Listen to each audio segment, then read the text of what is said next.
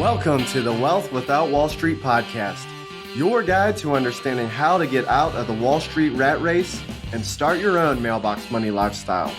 Now, don't let these handsome Southern draws fool you. These financial minds are teaching our country to enhance savings, increase cash flow, and create passive income, all without the help of Wall Street. Are you ready to break through? Now here are your hosts, Russ Morgan and Joey Murray. Welcome. This is the Wealth Without Wall Street podcast. Your host, Joey, the Italian Stallion Murray, joined as always by Russ, the idea guy, Morgan. You had some pretty crazy ideas this week. I did have a crazy idea. Or at least one I know of. Like get your chicken sandwich and close a lake house at the same exact time. Well, it wasn't quite my idea, but I did. I think I made mention on here that we purchased a 401 lake house. Right? That's exactly. And if you don't know what I'm talking about, you need to go back and watch. I did some videos on this where we describe the differences between buying a 401 lake house and investing into a 401k. And in my opinion, I really like personally the 401 lake house because I got pictures, I got access to it. I got capital gains rates on the eventual sale, which I don't know if we'll ever sell. I got the interest deductions. There's lots of things that I thought were better than the other option. Anyway, so I did a YouTube video on this. You could probably find that. If not, send us an email. I'll make sure to get you a copy of it. But myself and the seller of the lake house live here in Birmingham. Our lake house that we bought is about an hour and a half from here. And I get this email or, message and said, hey, where are you guys going to, be closing? I want to know, where do I need to drive through between, appointments to Sure. go make this happen. And I get a response from the realtor that is like, yada, yada, yada, Lake Martin, Alabama, which is obviously about an hour and a half from here. I'm like, whoa. I can't drive an hour and a half, do an hour closing and drive an hour and a half back. I just don't have that sort of time. That's a long closing. Yeah. And the realtor was like, ooh, I didn't explain that to you. I was like, no, you didn't. And so let me call you back. So I get a call back about an hour and a half later. Hey, can you meet us 30 minutes from Birmingham? We're going to meet you there at the Chick-fil-A. I'm like, what? I mean, this is pretty crazy where now we get to a point in life where everything's convenience, right? Everything's about getting it bigger, better, faster, right? We got Amazon being delivered to our house every one. I mean, it used to be like 5 days. Now it's 2 days. And now there's some deals we get 1 day. And now the speediness of home closings have moved to a convenience of fast food. It's not quite drive-through experience yet. You had to actually sit down at a table, right? No, we did. We sat down. My wife ordered lunch for us. Literally? Yeah. Oh, yeah. We were eating French fries. Hilarious. Right. And by the way, yeah, full disclaimer, I had a handful of French fries. Oh, he's falling off the wagon. Before I had my salad. and we sat there. We signed 1 million papers, is what you do when you buy something, right? And it was the craziest things that we've ever done. Well, I tell you, that's got to be one of the first memories that you've created at your 401 lake house, which you talk about. Memories have an incredible value that you'll never get with that sheet of paper that has hidden fees all embedded in it. Well, I know I'm going to get the question, hey, Russ, should I be putting money into a 401 lake house instead of a 401k? And the answer depends, right? For us, we weren't buying it as an investment. Most people are putting money into a 401k because they're looking to some sort of return on investment at the end of the day to produce an income stream in retirement. That's not what we bought a lake house, right? We were putting money into it. There's definitely going to be a contribution. I'm hoping, right, in that hoping world of appreciation in the lake house, I think we bought in a good area of the lake. But what I'm investing in is my kids. That's I'm right. investing in our family. I'm investing in you, bro. We're going to take the office down there in a couple of weeks. I'm banking on that. That's why I was cheering you the whole time. Yeah, so we get that question a lot. Should I be buying a condo at the beach or should I buy a lake house? Is this a good place? There are people who can make money in those situations. We're not going to be renting ours outside of the 14-day dwelling unit rental. That's right. Which we're going to have one of those here in a couple of weeks. If you don't know what we're talking about, go watch our tax strategy webinar that we did on how we can rent out our houses up to 14 days. That's right. As a dwelling unit rental. And I definitely think that this is just something that over time our family's going to get a lot of use out of. But now I've got the wonderful story of how I closed a lake house while eating French fries at a Chick-fil-A.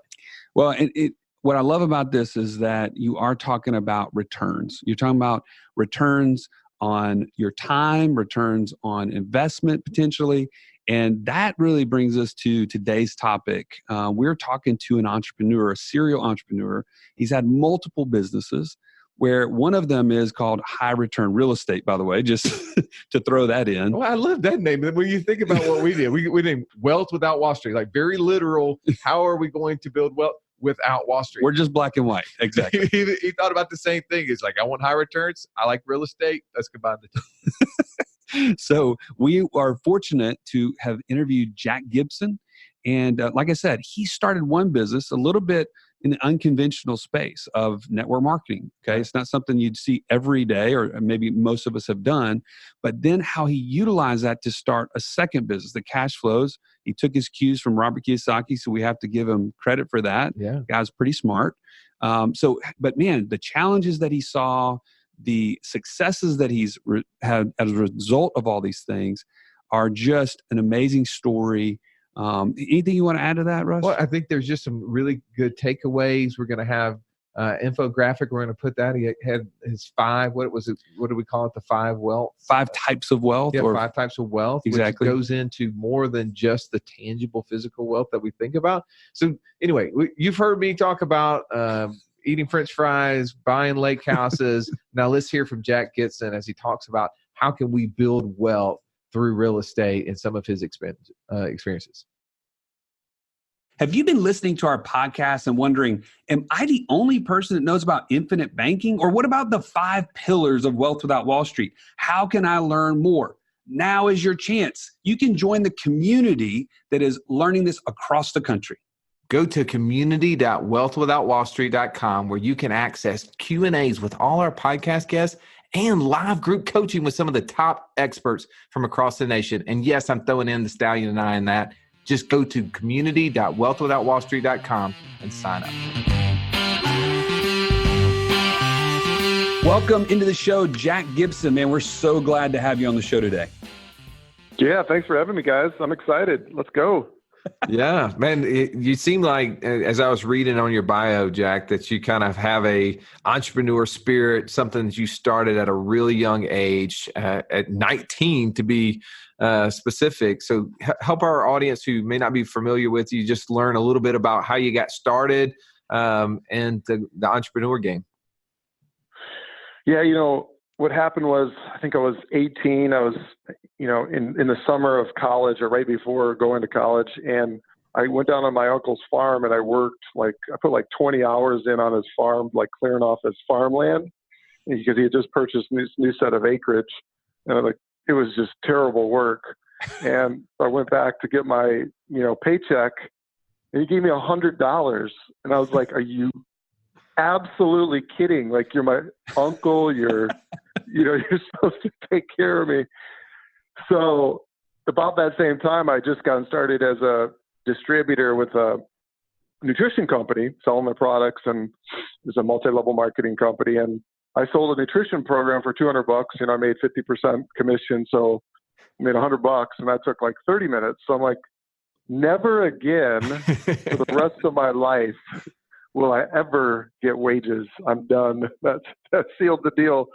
So it's always been about profits over wages ever since that point. Well, I mean, that's the beauty, though. I've obviously we've all read Rich Dad Poor Dad. You listen to Robert Kiyosaki's story about how he worked, for hours and weeks in his rich dad's stores, but he never got paid. And it was always that concept of if you get used to working for money, then you're never going to think like an investor or business owner. You're always going to be an employee. And the best thing your uncle ever did for you was give you $5 an hour, it sounds like. Yeah, it really did. I mean, he was massively wealthy, right? But yet it's wow, he just didn't have any concept of taking care of other, human beings, I guess. Love the guy. And yeah, he's, the wage gap. Loved him, right? highly sarcastic. Yeah, the wage gap, right? So I just decided that I was going to go all in on my nutrition business. That wasn't the only event, right? I've always wanted to build a company and build a business and have, residual income and royalties and build up something that I could really be proud of. So that was always the game, but I didn't know like that I would start at such a young age. But when opportunity, hits you, knocks, whatever, I mean, you got to seize it. I was actually sitting in my dorm room, just, doing what college kids do, right? Probably nothing productive at all. And Drinking this beer, guy, yeah, there you go. Video games, watching Seinfeld reruns.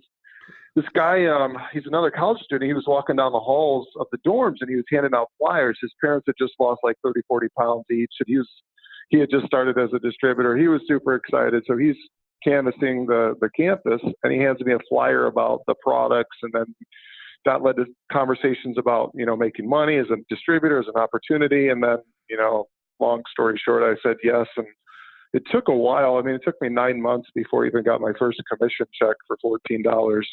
I was making some, direct sales in that time, but I'd never really been able to create any sort of momentum with creating a team and building passive income. And then, figured some things out. And then month 12 to month 24, it grew from pretty much zero to $1 million in sales business.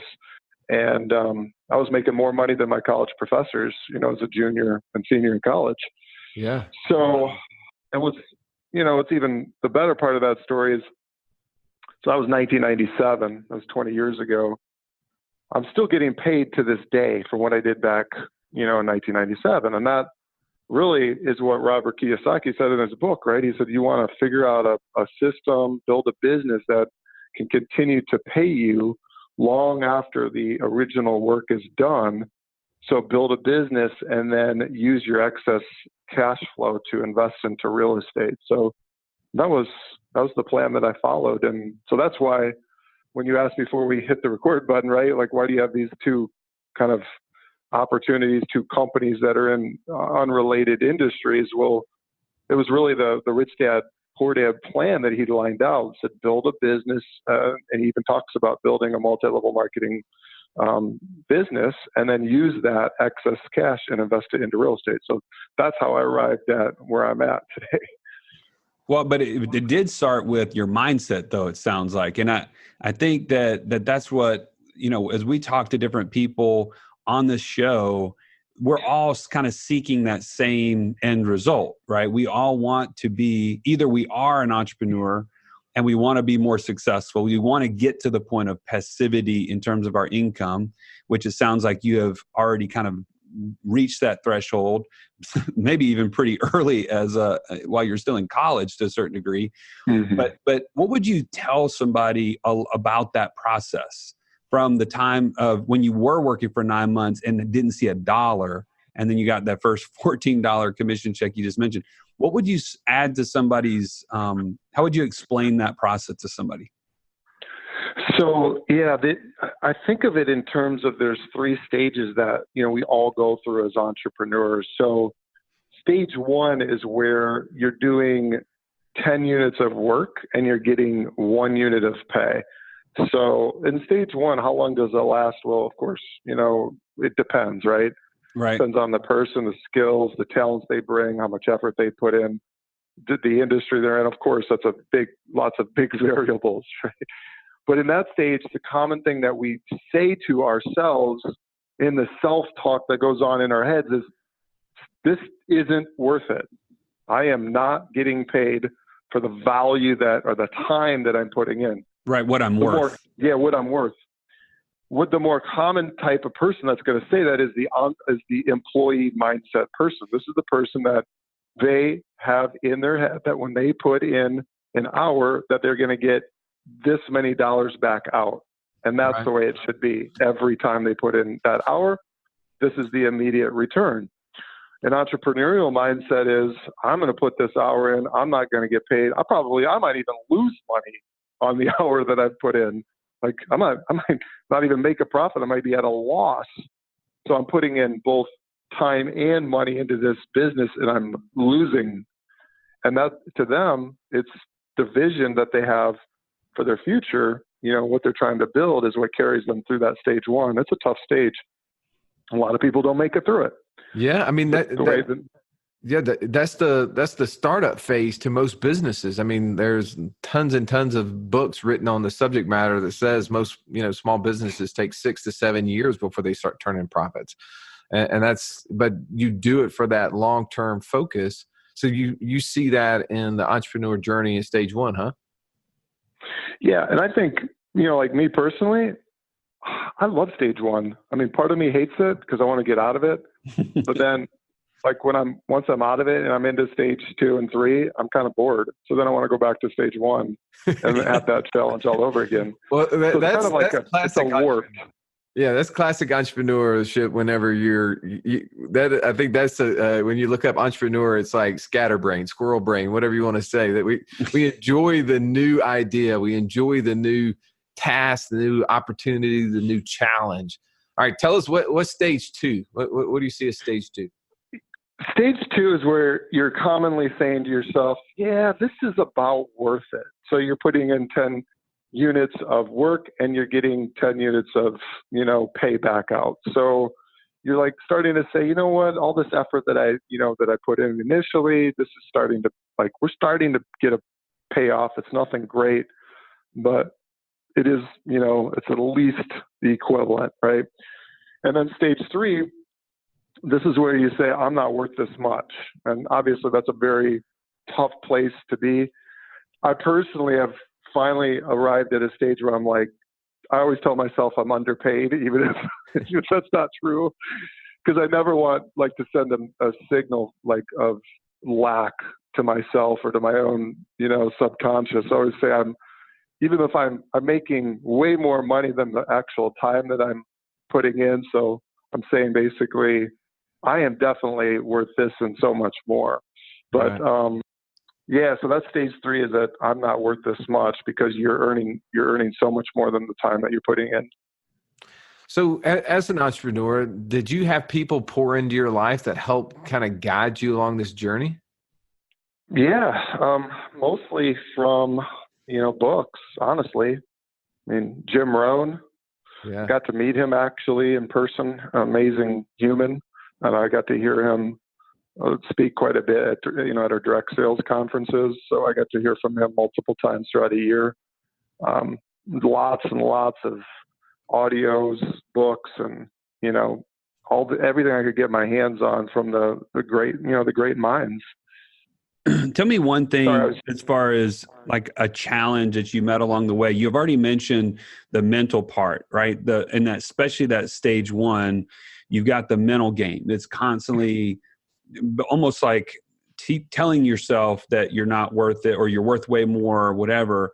What other challenges did you meet along the way that, maybe some of the people who are listening right now may be going through the same thing?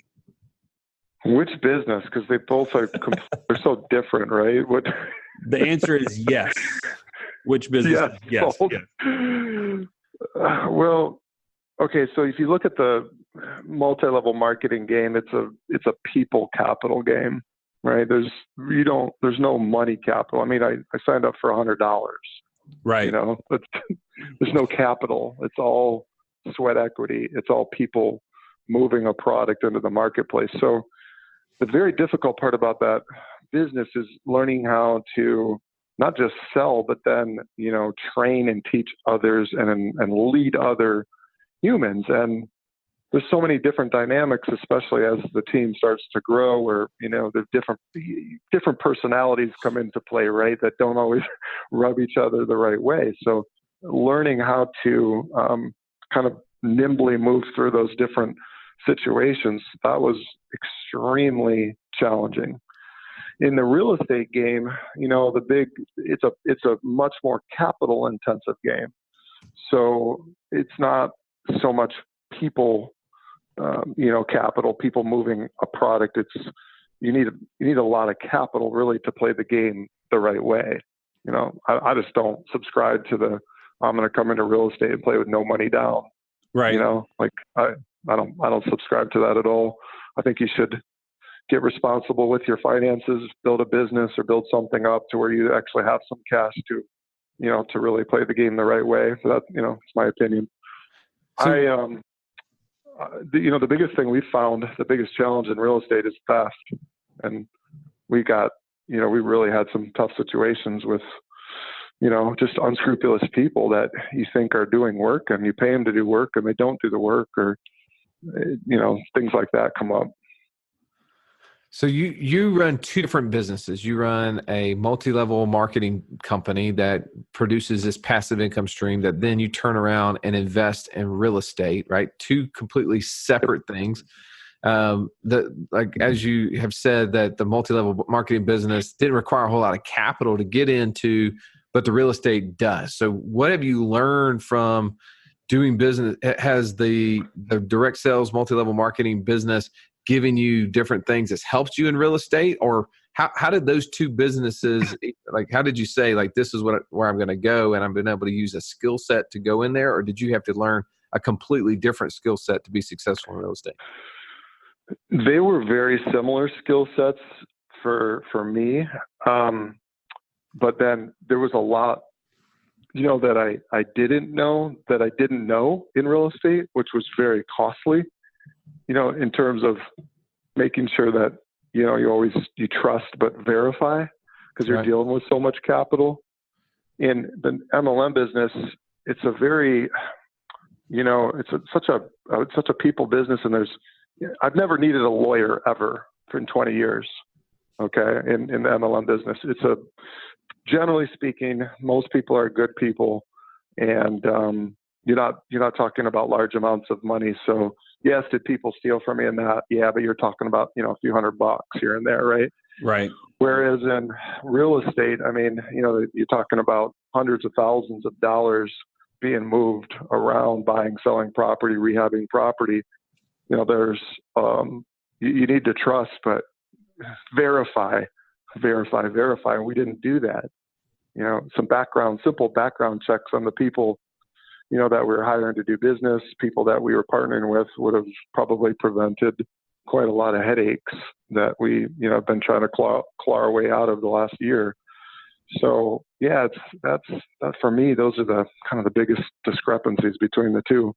Well, and so you mentioned trust but verify, and that's kind of a habit or routine that anybody can learn from. Anybody can say, okay, this is something I need to implement in my business, or if I'm trying to start a business. What are there any other things you've learned along the way, any other habits or any other routines that have led to your current success? So, I look at success as, really important to really focus on, what we call whole life success. Because I think that has a huge influence on how your businesses actually play out. So we teach this to all of our, anybody who will listen really, but mainly our sales reps and the MLM company, is that there's 5 components of wealth in your life. And when we say wealth, most people think automatically the only thing they really go to is financial. But there's, that's a very, very important part of the whole wealth equation, but it's 1/5. There's financial, there's spiritual wealth, there's relationship wealth, there's intellectual wealth, and then there's physical wealth, like the state of your health and fitness of your body. So all 5 of those are extremely important. So when I started really working on making sure that I brought up the areas of those 5 that I were kind of weak in, that's when my businesses really would start to grow. So Jim Rohn says it all the time in his books, like, your degree of your success that you're going to have in your business is going to be the degree that you grow as a human being. So we focus on growing as humans. I think it's a natural byproduct that we're going to attract better quality people to us, better leaders, better, and skills and things that complement us and our skill sets to be able to grow our companies. At the end of the day, everything boils down, in my opinion, is building teams. That's how you create some big success in business. So we've done that in both companies. I have awesome teams around me of people that, in a lot of areas, they're better than me, which is great. Well, yeah, the old adage, if you're the smartest one in the room, you're in the wrong room, right? Right. Yeah, that's why Joey and I are never in the same room together. I'm not sure if I should take offense to that or not, Russ, because I'm a little bit slow on the uptake here, but I think that's a dig on me. But I'm just going to go with it. I feel like it was just a partner, like just kind of telling you how it is. But at the end of the day, I mean, you got to give it right back. So I'm waiting. I'll wait for your, I'll wait for you to come back. Yeah. Well, just wait. It may be for another show or two. You have to listen to one in the future, Jack. Right. Catch it. All right. He will Right. eventually come around. But no, in all seriousness, like you said it right. You got to surround yourself with teams, and that's something that we've also believe in as well. And we've hired a lot more people that are smarter than us, that work with us, to help us accomplish those things. And even think about this, Russ. I mean, that's what we've done with the community, right? The Wealth Without Wall Street community plays off of that same exact thought process, that we're always going to be stronger together, learning this way towards passive income and learning our way towards these other things. And I don't want to like totally distract from what our interview here, but if people have not already joined that, they can get there. Go to community.wealthwithoutwallstreet.com and join that community. So you're constantly in the know, you're learning these things. And then one other thought I had about what you just said is how difficult it is to balance all 5 of those areas. Like I know many times it's so much easier for me to focus on the money and the relationship part of that thing on the spiritual side, but the health takes a back seat, right? So I'll be irritable, I'll be dragging, and it does affect all those other things. I mean, how many of us struggle with all that balance? How have you been able to do that? Well, it's definitely imperfect. That's for sure. I do this every so often. I'll do this little exercise to kind of like draw a circle, dot in the middle, 5 spokes going out for each of the 5 areas. And I'll just put a little dot, like, where am I at right now in this point of time, at this moment? Where am I at in each of these areas? And of course, we're all always harder on ourselves, right? Our own worst critics. So right. I'll score myself, pretty low on finances a lot of times, and I'm, certainly shouldn't. But at any rate, I just look at, okay, where am I kind of low? Like what of these 5 could be potentially dragging down the other 4? Because they don't live in a vacuum.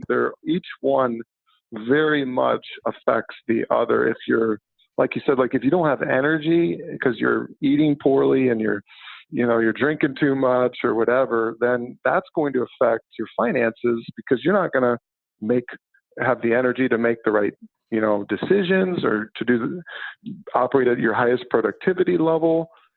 So all of them, and finances affect your health too. Like you're always broke. You're not going to have the resources to get the right, nutrition and to buy the healthiest foods. I mean, eating healthy and staying in shape is more, costs more. It is what it is. Right. So yeah, you gotta, there's no perfect, I don't have a perfect plan, and it's very difficult to keep them all balanced. They're never all going to be, perfectly balanced. It's just a myth. You won't ever actually have balance. Well, yeah, it's imbalance, and that's what strengthens us, right? Like, isn't that when you go to a gym and they put you in one of those little balancing act deals, those little things that are either the ball that rolls around or the little board that sits on top of the rolly thing. I don't know what all that stuff's called, mostly because I'm not skilled enough to get on top of it without the making rolly a fool out thing. of myself. There's a technical term for that. It's called the rolly thing. Is that what it's called? Thing. Yeah, exactly. Rolly thing. All right. Yeah, you nailed it. but what is that one thing that happens when we're on that? What is it that we're strengthening? We're strengthening our core. And I think that's when we're in that imbalance, we're trying to balance, we're strengthening those core areas and some of those things in our life that helped us get stronger. So you mentioned finance. Obviously, you've built a pretty significant real estate portfolio for yourself. You've built another business for yourself. Help us understand, like, there's been some lessons that you've learned along that journey that's helped you get to where you are. Like, what are some of the things you can share with the audience that maybe, I know you teach other and mentor people. Like, what are some of those things that would be helpful for them to learn from? Yeah, for sure. That's a great question. So I teach younger budding entrepreneurs quite often, those who are teachable and actually want to listen, which actually isn't probably that high of a percentage. But I tell them, okay, here's how you invest. This is how you're going to build wealth. Number one, your most important investment by far is invest into yourself. So anytime that you can go to the seminar, anytime that you can buy the book, anytime that you can, if you need to hire a coach, if you need to hire a counselor, you invest into yourself first. That's what's going to give you a 10x multiplied return, probably 100x. You'll never go wrong, ever.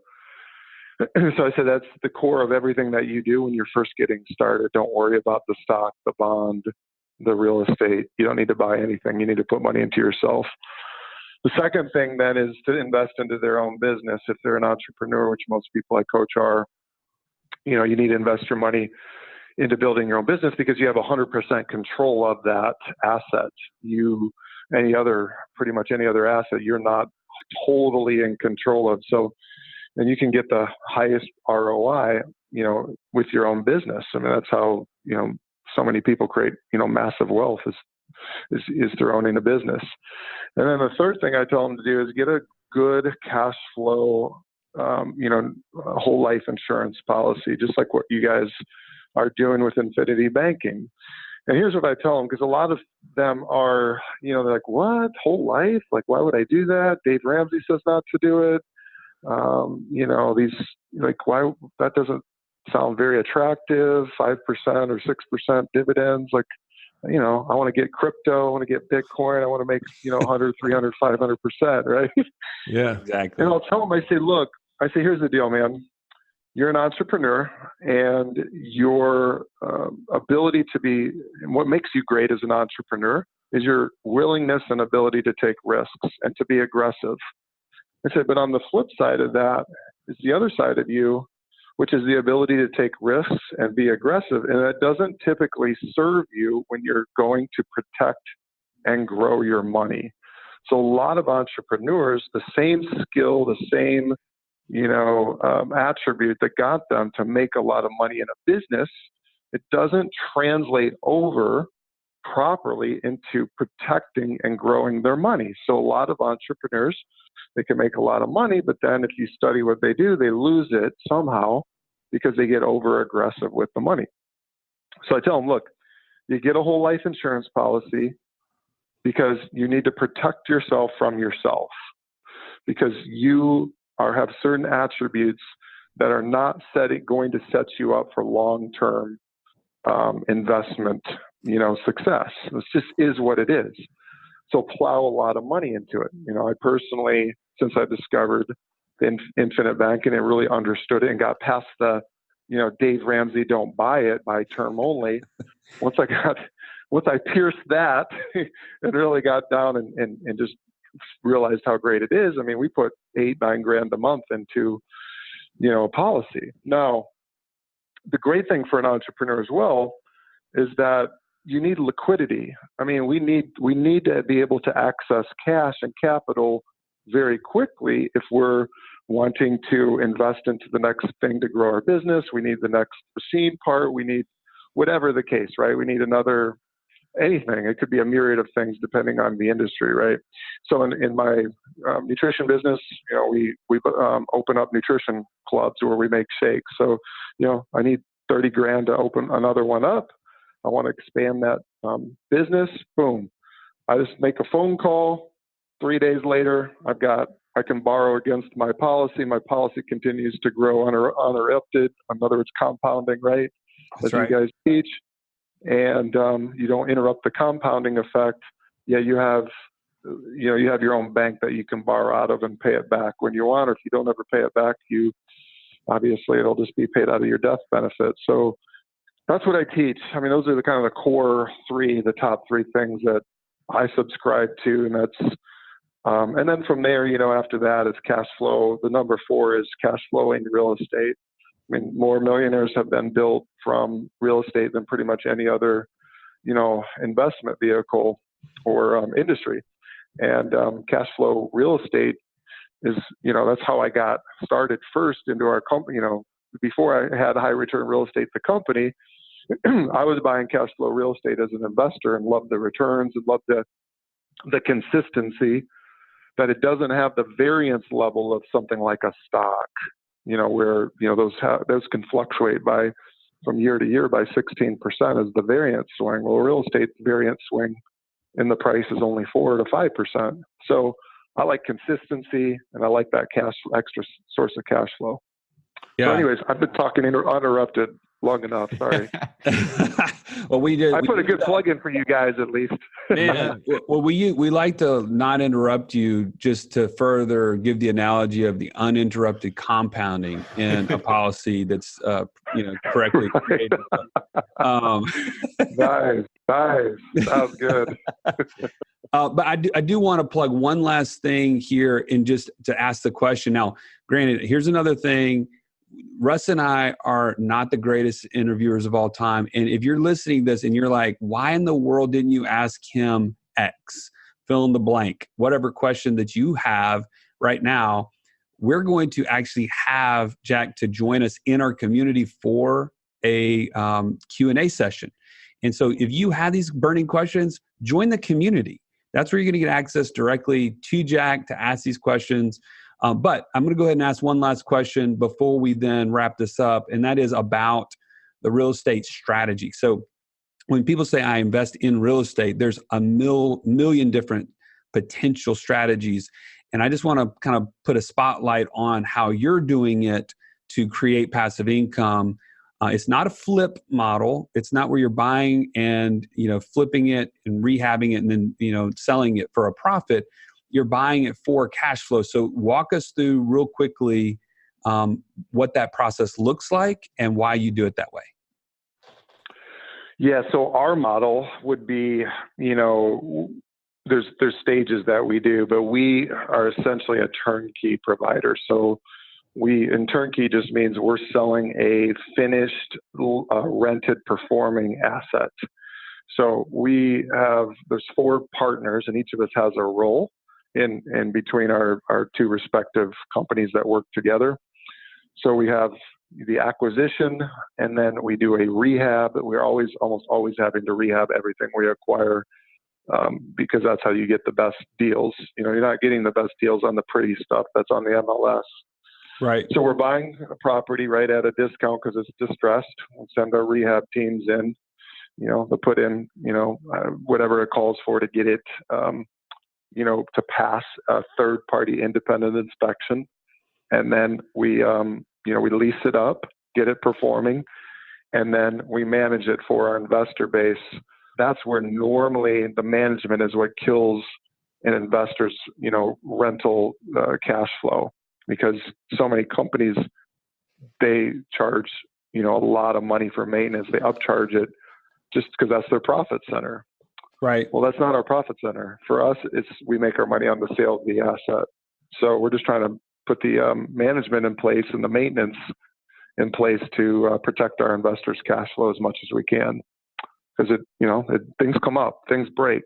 These are, 50, 60, 70-year-old houses that have been rehabbed. You're going to have things that are going to break. Well, we can send in an internal guy to fix something that cost $5 and never bill the investor. Whereas what we find, a lot of outside management companies will bill, same thing, $300.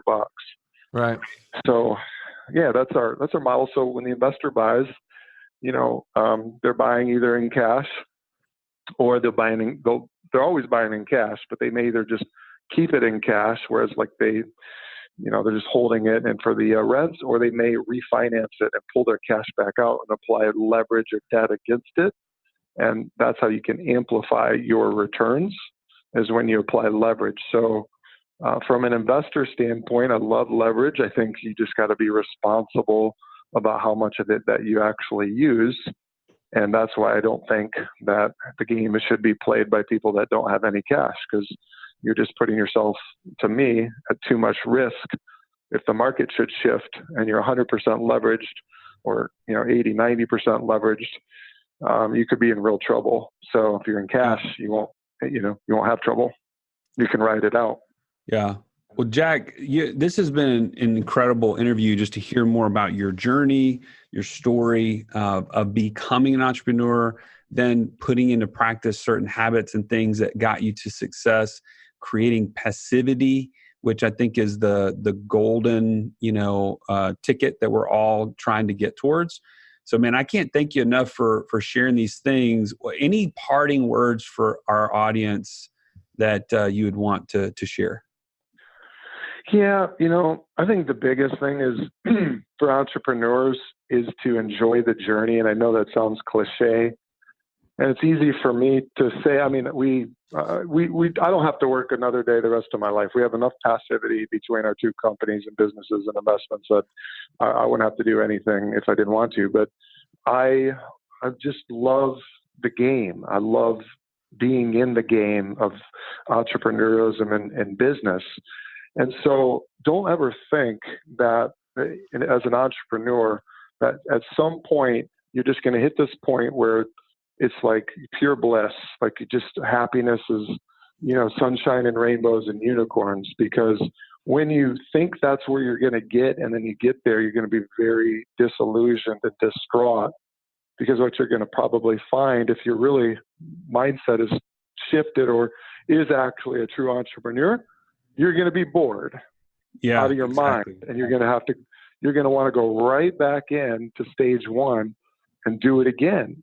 And so that's the part that we got to understand, is that we love the game, enjoy the game, and don't think that, oh yeah, once I build this, I'm just going to arrive at this point of which life is just so grand, because it won't be. You won't.